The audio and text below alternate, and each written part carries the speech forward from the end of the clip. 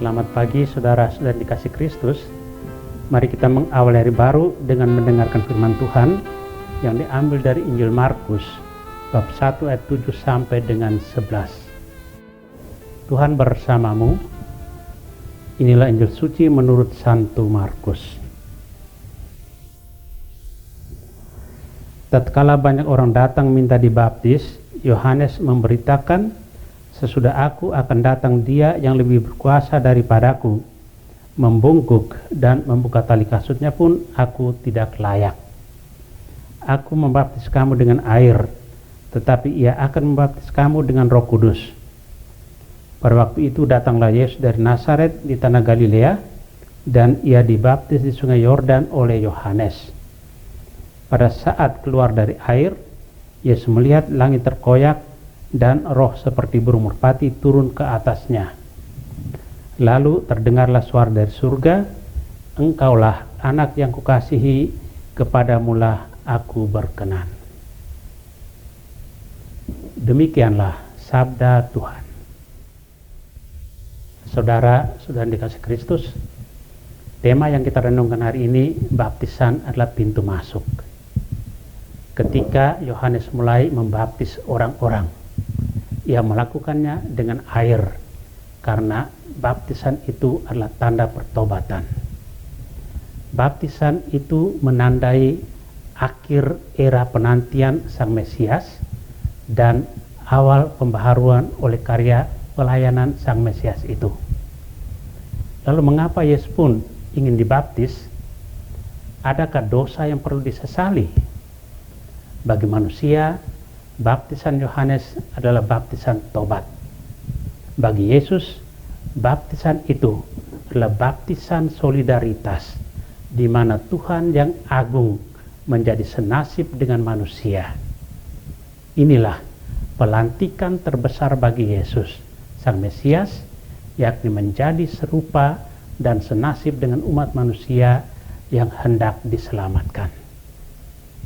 Keterlibatan seluruh pribadi ilahi, Bapa, Putra, dan Roh Kudus di dalam peristiwa itu menunjukkan komitmen penuh dari pribadi ilahi untuk restorasi integritas manusia yang ternoda.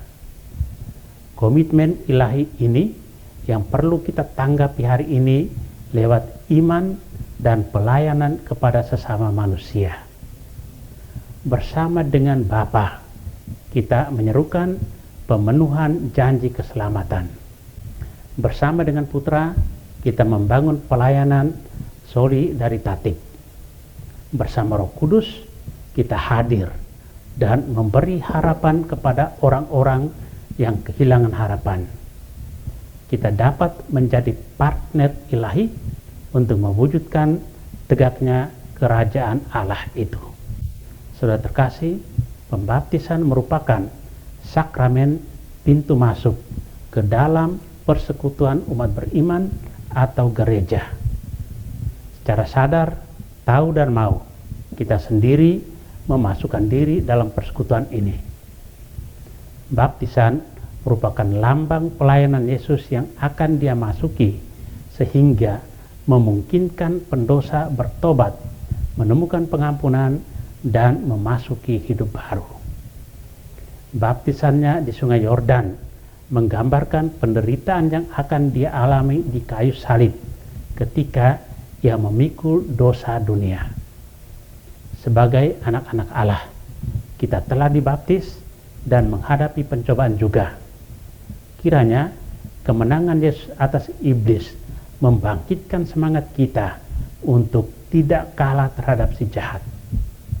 Ingat bahwa kemenangan Yesus di kayu salib atas maut dan iblis telah menganugerahkan pada kita sebagai pemenang. Sebab itu, jangan menyerah pada pencobaan. Kita memiliki kuasa Roh Kudus. Dialah kekuatan kita saat menghadapi pencobaan. Semoga demikian. Amin. Marilah kita berdoa. Tuhan, pagi ini kembali kami naikkan syukur dan permohonan. Terima kasih sudah menjaga kami saat tidur maupun bangun. Terima kasih untuk udara sejuk dan segar pagi ini. Bukalah mata hati kami, mampukan kami memandang kemurahan dan karya-Mu, serta memuji dan memuliakan-Mu melalui pekerjaan dan pelayanan kami hari ini. Bimbinglah kami selalu untuk menyadari kesalahan kami dan bertobat, sehingga kami sungguh rendah hati, mau membuka hati dan siap menerima rahmat-Mu yang tinggal dalam hati kami. Kristus terang dunia, berkatilah keluarga kami, jadikanlah kami alat kasih-Mu, dan pantaskanlah kami menjadi hamba-Mu yang setia. Amin. Tuhan bersamamu.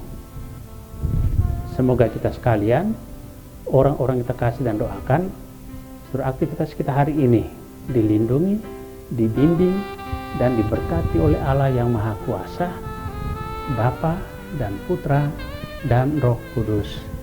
Amin.